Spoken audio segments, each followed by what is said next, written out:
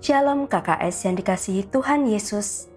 Sebagian di antara kita mungkin tidak ada yang memahami ketika membaca dua pasal ini, yang berisi catatan-catatan mengenai kota-kota perlindungan, tanah untuk didiami, dan tanah-tanah penggembalaan.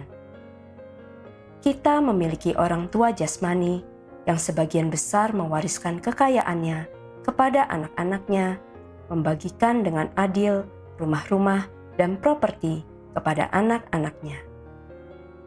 Demikian juga sikap alami Bapa di surga. Memberi adalah nature Bapa surgawi kita. KKS, jangan menyimpan komplain, sungut-sungut, dan panas hati karena orang tua tidak memberikan apapun sebagai warisan untuk diberikan. Dan jangan berkecil hati karena kita memiliki Bapa di surga yang sudah menyediakan segala berkat di surga, dan Roh Kudus yang berdiam di dalam kita membuat kita punya akses di surga, sehingga kita bisa mengambil berkat-berkat itu menjadi sebuah kenyataan di alam fisik. Efesus 1 ayat 3. Terpujilah Allah dan Bapa Tuhan kita Yesus Kristus, yang dalam Kristus telah mengaruniakan kepada kita segala berkat rohani di dalam sorga.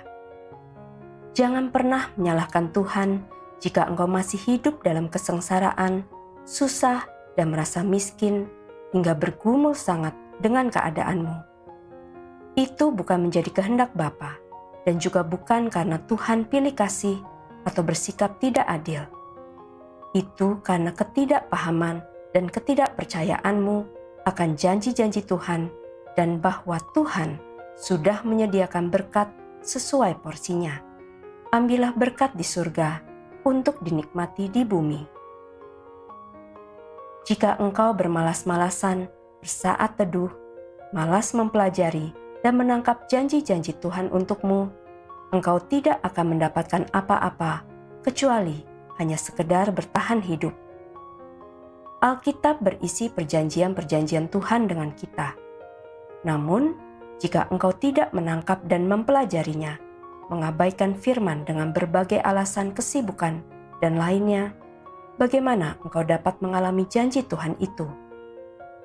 Hiduplah dari janji dan berkat Tuhan, bukan dari kekuatan kita sendiri. Yosua 21 ayat 43-45. Jadi, seluruh negeri itu diberikan Tuhan kepada orang Israel, yakni negeri yang dijanjikannya, dengan bersumpah untuk diberikan kepada nenek moyang mereka. Mereka menduduki negeri itu dengan menetap di sana, dan Tuhan mengaruniakan kepada mereka keamanan ke segala penjuru, tepat seperti yang dijanjikannya dengan bersumpah kepada nenek moyang mereka. Tidak ada seorang pun dari semua musuhnya yang tahan berdiri menghadapi mereka.